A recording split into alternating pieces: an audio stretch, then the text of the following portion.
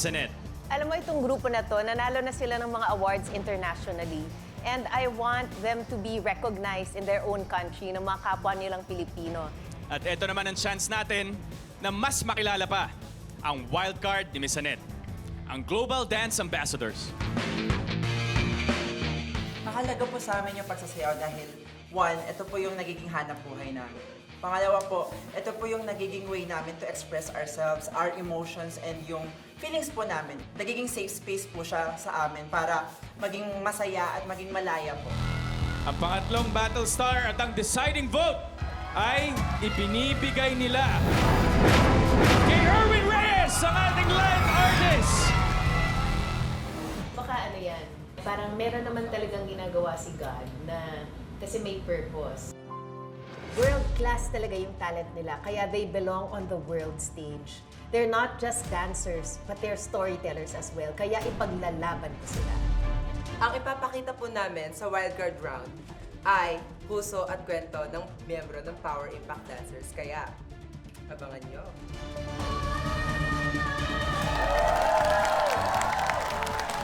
Ito na ang aking wildcard, ang Power Impact Dancers.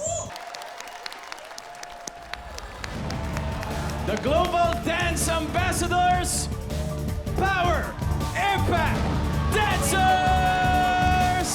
And of course, thank you so much sa ating guest, Miss Rita Daniela, para sa napakagaling na pagkakakanta. Thank you so much. Sa pinakita nyo sa amin, ramdam namin na hinding-hindi kayo magpapatumba ng bandera.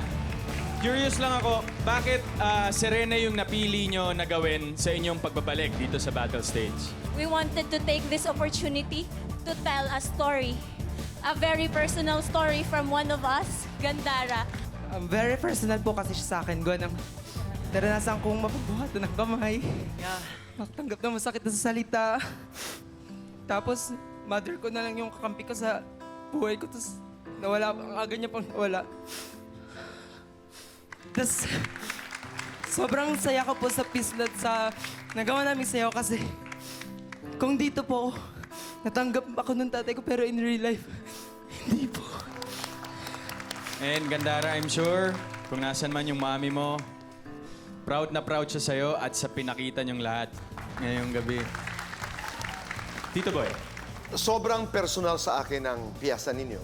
Sabi ko personal dahil ang lakas, pinalakas nyo lalo ang nais nating sabihin. Gandara, na napakaganda mo.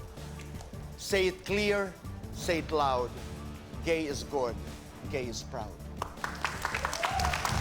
Di, you were emotional.